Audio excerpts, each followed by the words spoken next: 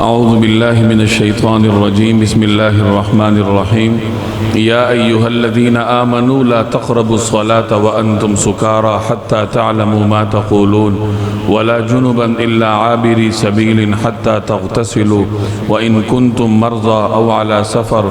او جاء احد منکم من الغائط او لامستم النساء فلم تجدوا ماء فتیمموا صعیدا طیبا فامسحوا بوجوہکم وأيديكم إن الله كان عفوا غفورا یا ایہا الذین آمنوا اے ایمان والو لا تقربوا الصلاة اس وقت نماز کے قریب مت آؤ وانتم سکارا جب تم نشے کی حالت میں ہو اے ایمان والو جب تم نشے کی حالت میں ہو تو اس وقت تک نماز کے قریب بھی نہ جانا حتی تعلموا ما تقولون یہاں تک کہ جب تک جو تم کہہ رہے ہو اسے سمجھنے لگو حتی تعلموا جب تک تم جان نہ لو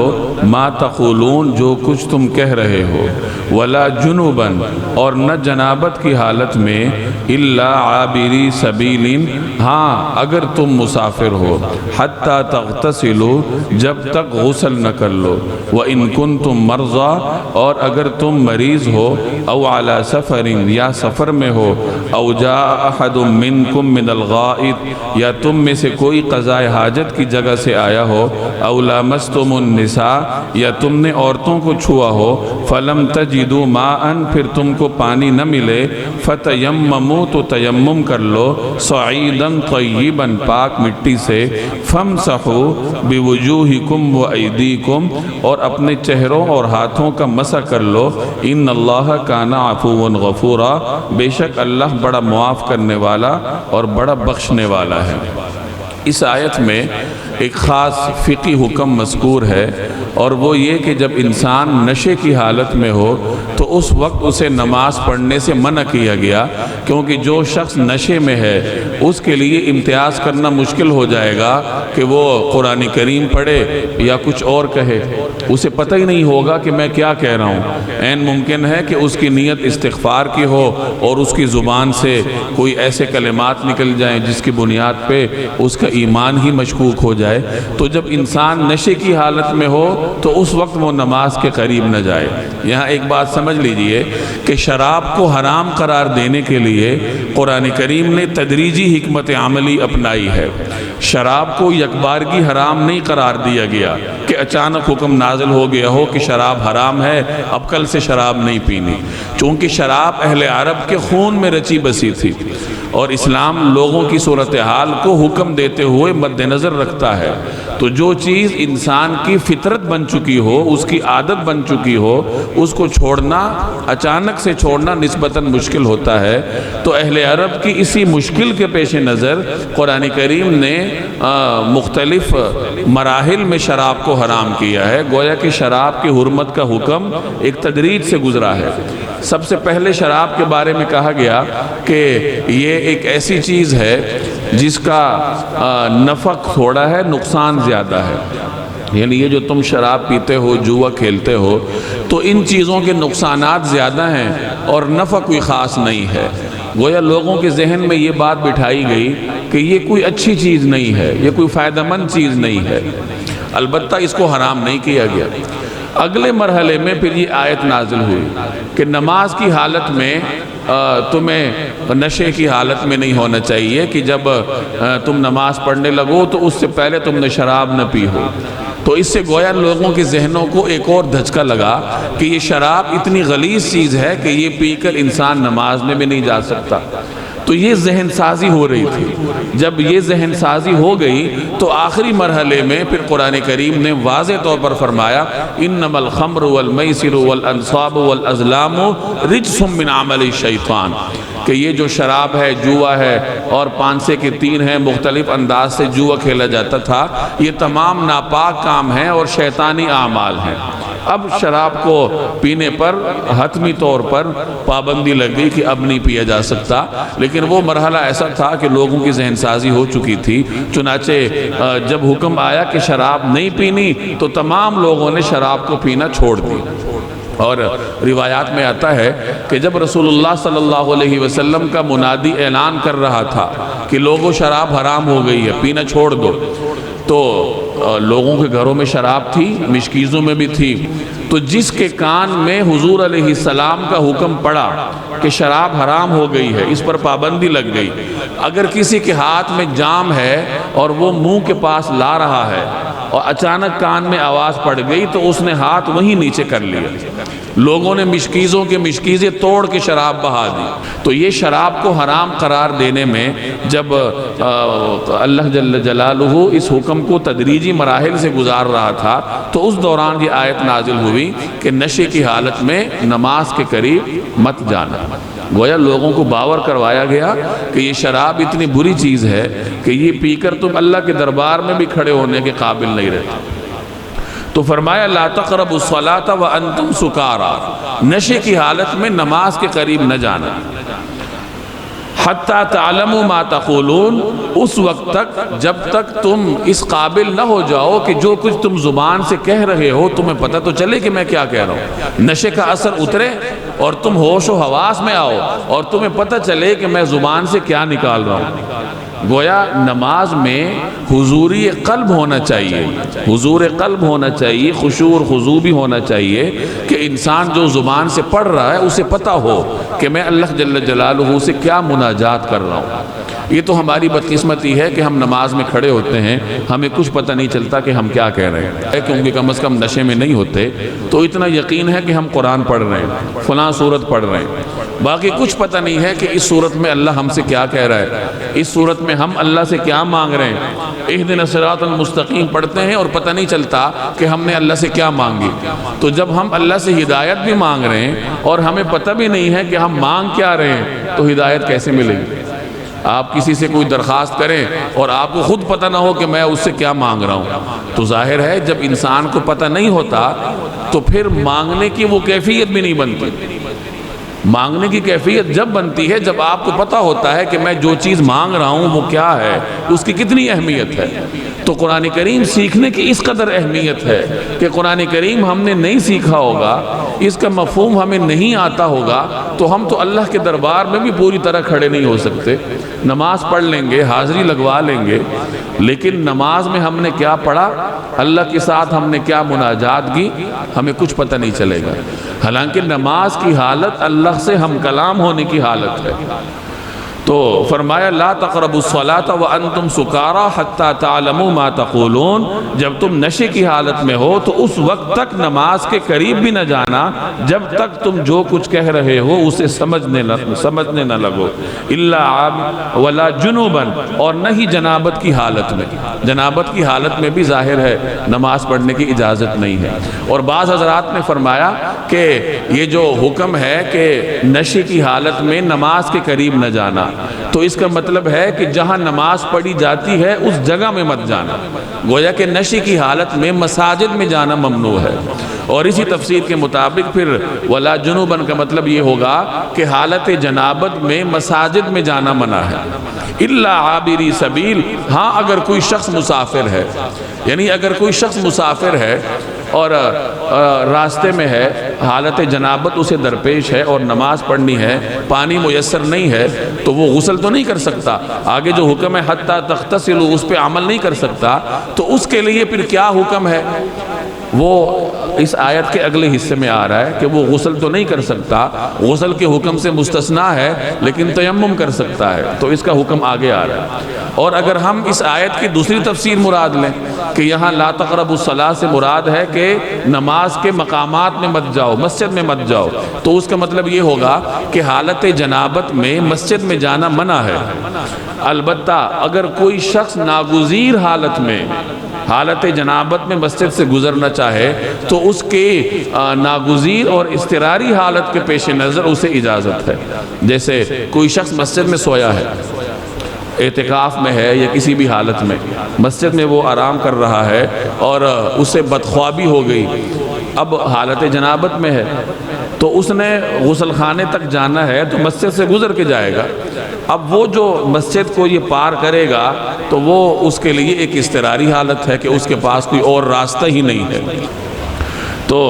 ولا جنوباً اور نہیں حالت اور جنابت کی حالت میں بھی حتیٰ تغتسلوا جب تک تم غسل نہ کر لو الا عابری سبیل، ہاں اگر تم مسافر ہو تو پھر تمہارے لیے استثناء ہے، اور وہ استثناء کیا ہے وہ آگے آیت کے اگلے حصے میں آ رہا ہے۔ وَإِن كُنتُم مَرْضَىٰ، اور اگر تم مریض ہو، بیمار ہو، او علی سفر یا سفر پہ ہو، او جاء احد منکم من الغائط، یا تم میں سے کوئی قضاء حاجت کی جگہ سے آیا ہو۔ غائط کہتے ہیں نشیبی جگہ کو۔ پہلے زمانے میں چونکہ میدانوں میں لوگ قضاء حاجت کے لیے جاتے تھے تو عام طور پر ایسی جگہ کا انتخاب ہوتا تھا جو نشیبی جگہ ہو، جہاں لوگوں کی نظر نہ پڑتی ہو، اوٹ ہو، تو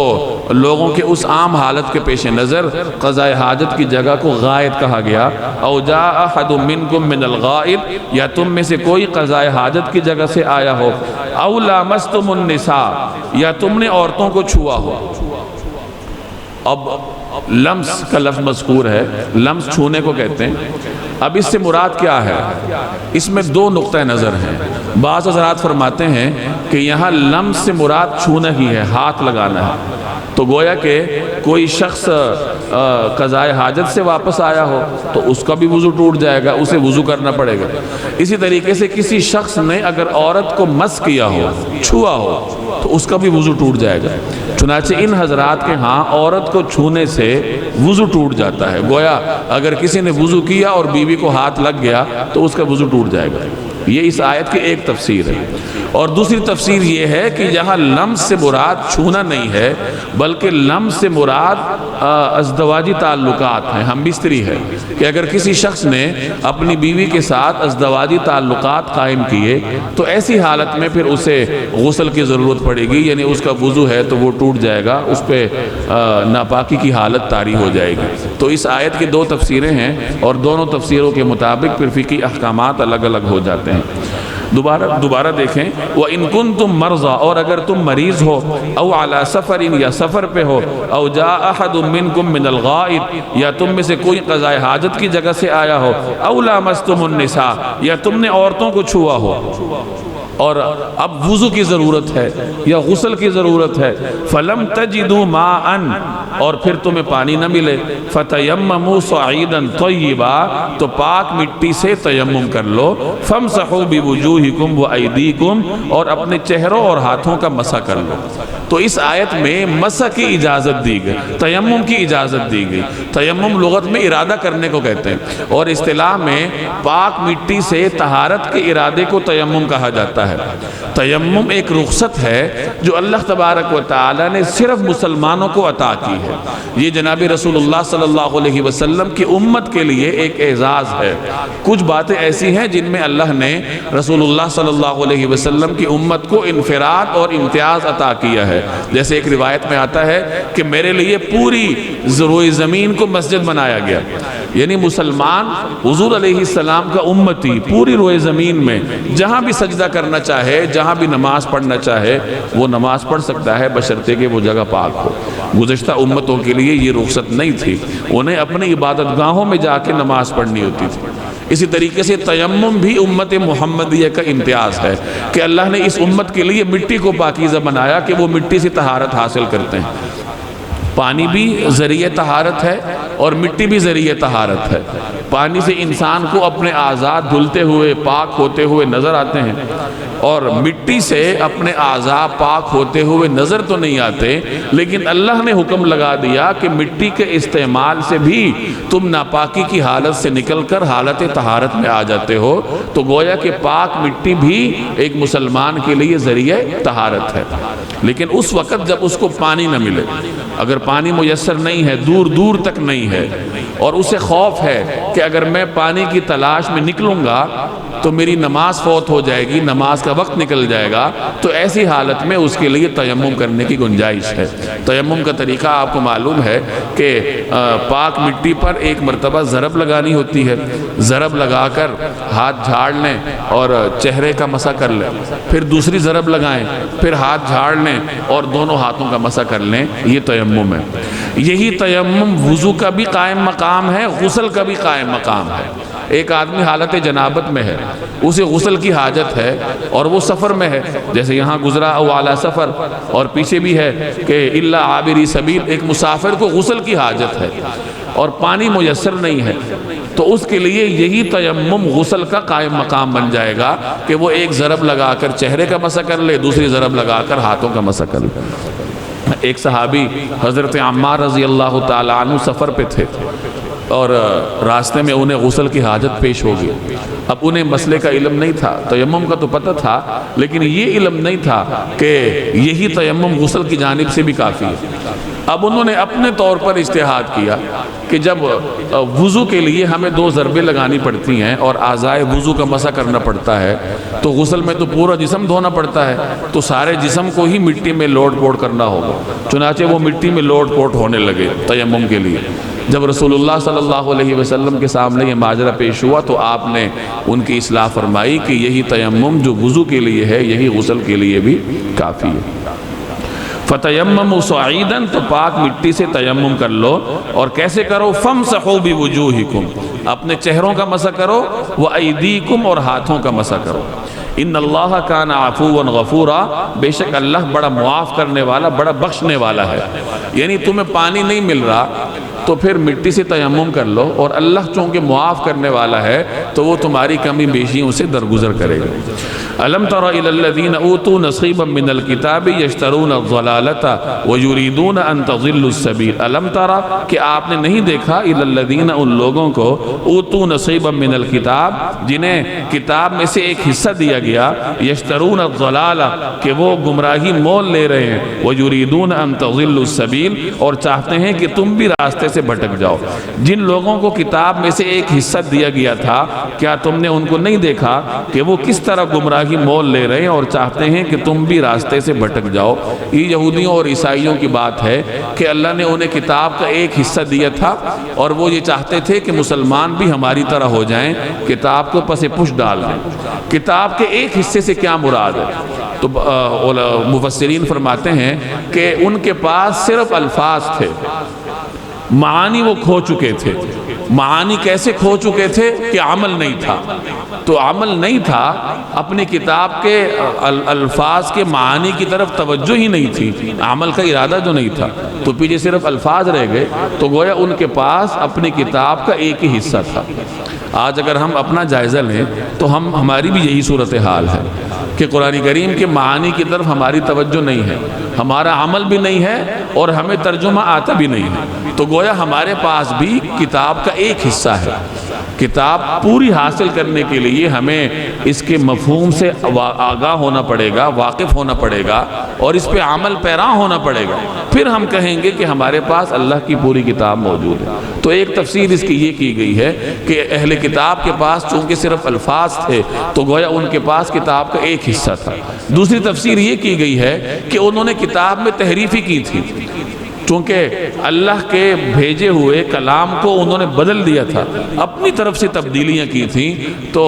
اللہ کا جو کلام تھا وہ تو اس میں معمولی تھا، تو گویا ان کے پاس کتاب کا ایک ہی حصہ تھا۔ اور وہ کیا کرتے تھے؟ وہ گمراہی مول لیتے تھے، یعنی گمراہی خریدتے تھے۔ انسان جو چیز خریدتا ہے اس کو حاجت ہوتی ہے، اور چیز خریدنے کے لیے آپ پیسے دینے کے لیے تیار ہوتے ہیں، گویا پیسے آپ کے لیے اس چیز سے کم قیمت رکھتے ہیں، اس لیے تو آپ وہ دے رہے ہیں اور وہ چیز لے رہے ہیں۔ تو جس طریقے سے ایک انسان کو کسی چیز کی ضرورت ہے اور وہ خریدتا ہے، اسی طرح یہ یہودی گمراہی کو خریدتے تھے۔ وہ یہ گمراہی ان کے لیے ایک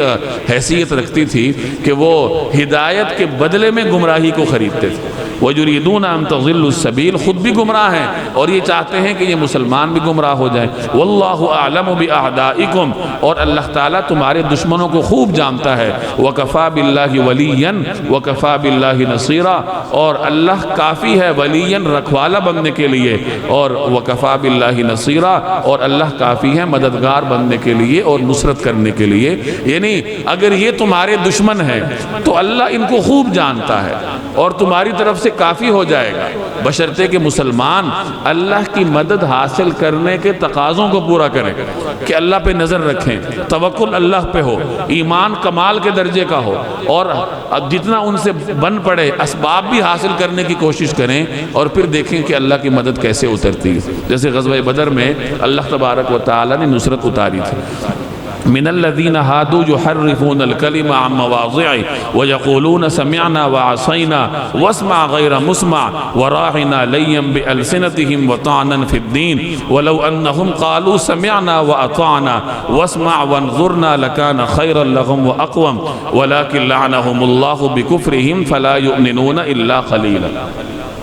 من الذین ہادوا، یہودیوں میں سے کچھ وہ ہیں، یحرفون الکلمہ عن مواضعہ، جو کہ الفاظ کو ان کے مواضع یعنی موقع محل سے ہٹا ڈالتے ہیں، ویقولون اور کہتے ہیں سمعنا ہم نے سنا، وعصینا اور ہم نے نافرمانی کی، واسمع اور سنیے، غیر مسمع آپ کو کچھ سنائی نہ دے، وراعنا ہماری رعایت کیجئے، لیم بألسنتہم اپنی زبانوں کو توڑ مروڑ کر، وطعنا فی الدین اور دین میں طعنہ زنی کرتے ہوئے، اور اپنی زبانوں کو توڑ مروڑ کر اور دین میں طعنہ زنی کرتے ہوئے کہتے ہیں سمعنا وعصینا واسمع غیر مسمع اور راعنا، ولو انہم قالوا حالانکہ اگر وہ یہ کہتے سمعنا ہم نے سنا، واطعنا اور ہم نے اطاعت کی، واسمع اور سنیے، وانظرنا اور ہماری طرف دیکھیے، حالانکہ اگر وہ یہ کہتے کہ سمعنا واطعنا اور واسمع وانظرنا لکان خیر لہم تو ان کے لیے بہتر ہوتا، واقوم اور راست بازی کا راستہ ہوتا، ولکن لعنہم اللہ بکفرہم لیکن اللہ نے ان پر لعنت کی ہے ان کے کفر کی وجہ سے، فلا یؤمنون الا قلیلا اس لیے تھوڑے سے لوگوں کے سوا وہ ایمان نہیں لاتے۔ یہود ایک تو اللہ کے کلام میں تبدیلی کرتے تھے کہ اللہ کے کلام میں اس طرح تبدیلی کرتے کہ ان کی خواہشات پوری ہوتی، حکم کچھ اور ہے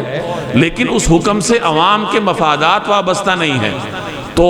اگر لوگوں کو سخت حکم سنایا جائے تو پھر جو دین کے علمبردار ہیں وہ اپنے مفادات کیسے حاصل کریں گے؟ تو یہود کے علماء کا یہ کام تھا کہ لوگوں کا منچاہا دین ان کے سامنے پیش کرتے تھے، جیسے لوگوں کی خواہشات ہیں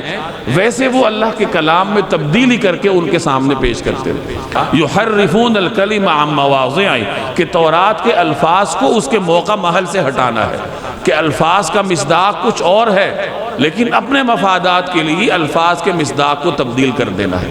اور دوسرا کام یہ کرتے تھے کہ رسول اللہ صلی اللہ علیہ وسلم کے دربار میں آ کر ایسے زمانی الفاظ بولتے تھے کہ جن کا ظاہری مطلب کچھ اور ہوتا تھا اور انہوں نے اس کا کوئی اور معنی مراد لیا ہوتا تھا۔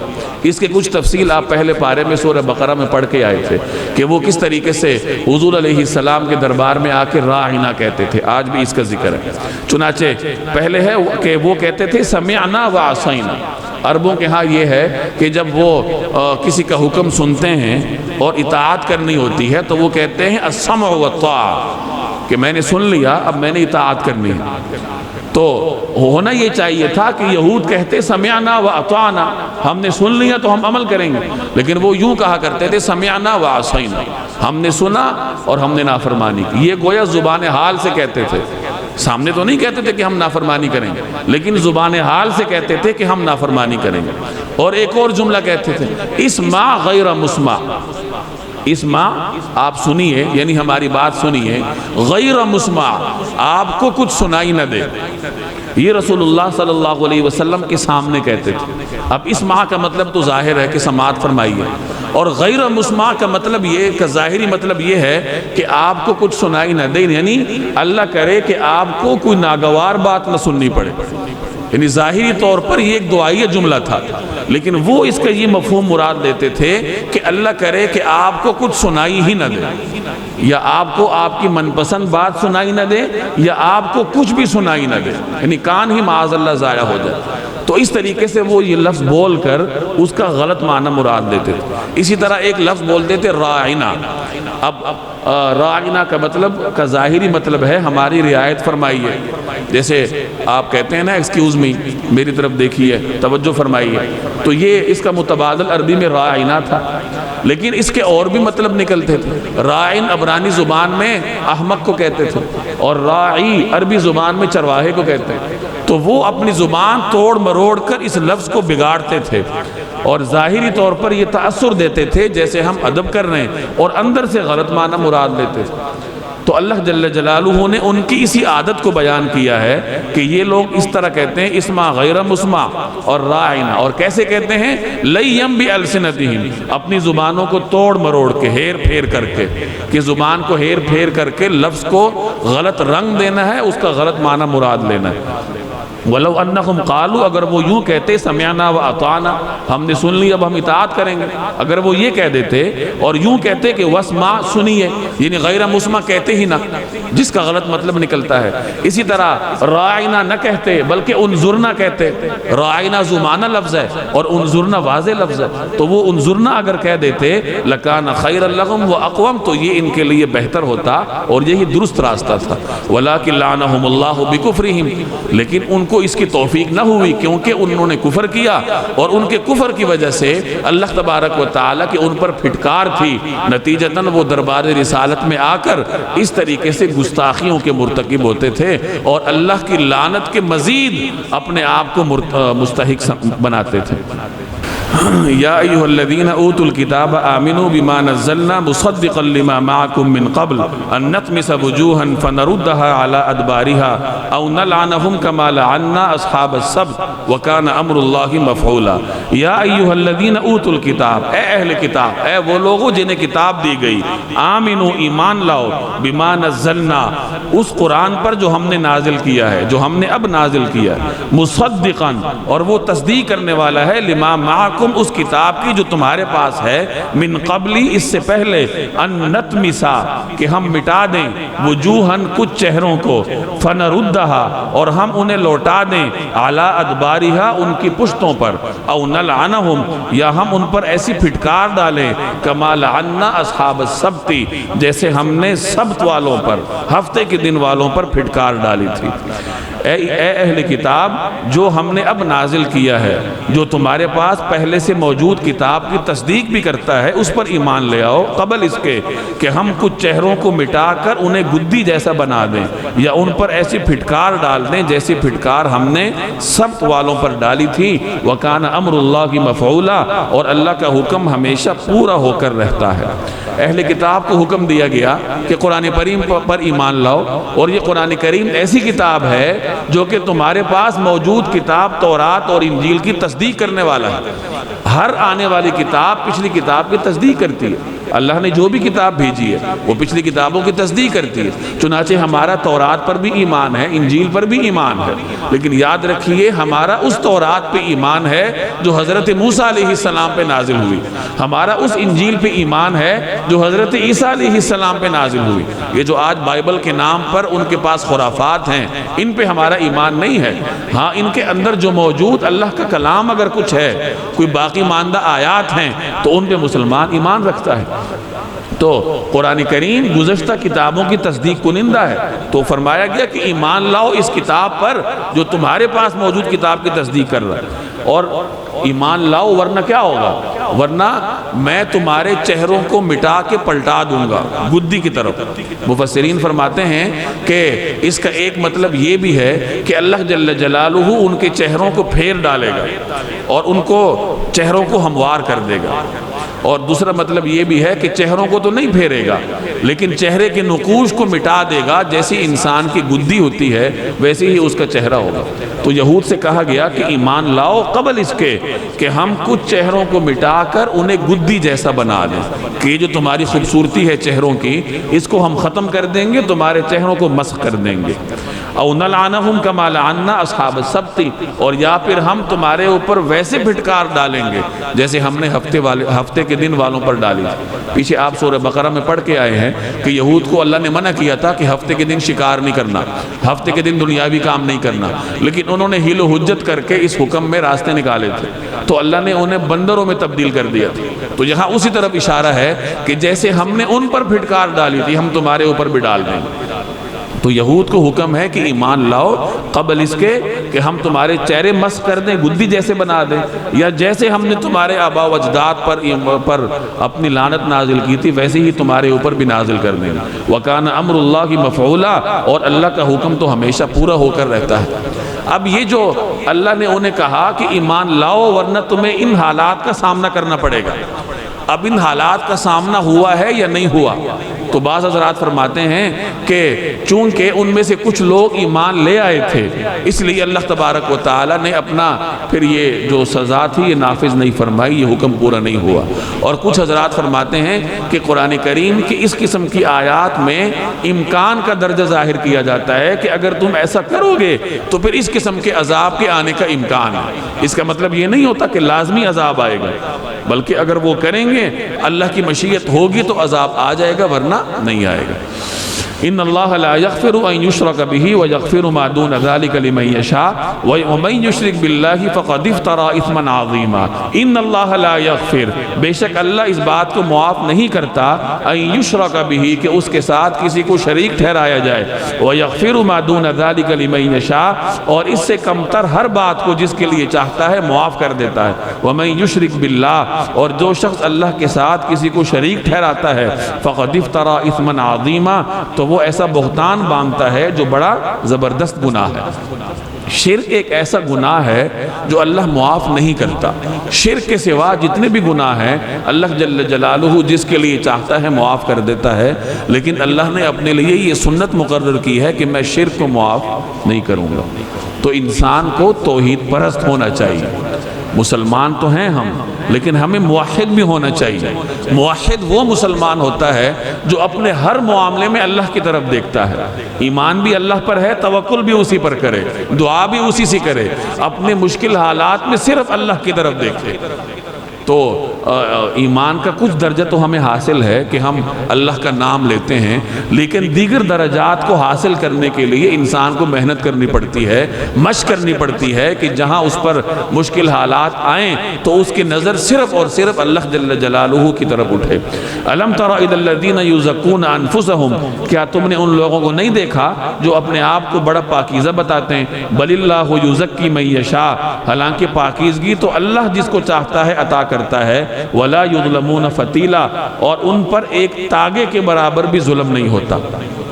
یہودیوں کی یہ عادت تھی کہ وہ اپنے آپ کو بڑا کر کے پیش کرتے تھے، نحن ابناء اللہ و احباؤ، ہم تو اللہ کے بیٹے اور اس کے محبوب ہیں، ہم اللہ کی لاڈلی قوم ہیں، ہمیں اللہ عذاب نہیں دے گا، اور ہمیں جہنم جانا بھی پڑا تو تھوڑی ہی دیر کے لیے جائیں گے۔ اس قسم کے دعوے وہ کیا کرتے تھے، گویا اپنے منہ اپنی پاکیزگی کی کہانیاں سناتے تھے، اور جی اللہ کو ناپسند ہے۔ ایک انسان اگر خود اپنی پاکیزگی بیان کرے تو اس میں کئی طرح کی قباحتیں ہیں، اس کے دل میں تکبر پیدا ہوگا، عاجزی ختم ہوگی، وہ اپنے آپ کو بڑا پارسا سمجھنے لگ جائے گا، نتیجتاً نیک راستے سے ہٹتا جائے گا۔ تو زینب رکھا اور فرمایا کہ برہ یعنی پاکیزہ، یہ گویا کہ خود اپنے نام کے ساتھ اپنی پاکیزگی بیان کرنا ہے، اور یہ اللہ جل جلالہ کو پسند نہیں ہے۔ تو بذات خود انسان اپنی پاکیزگی بیان کرے، خود علی اعلان کہے کہ میں بڑا نیک آدمی ہوں، میں بڑا بزرگ آدمی ہوں، تو اللہ تعالیٰ کو یہ عمل پسند نہیں ہے۔ ہاں اللہ جس کو چاہتا ہے پاکیزگی عطا کرتا ہے، کسی کو اللہ جل جلالہ پاکیزگی کی سند دے تو وہی معتبر ہے۔ تو فرمایا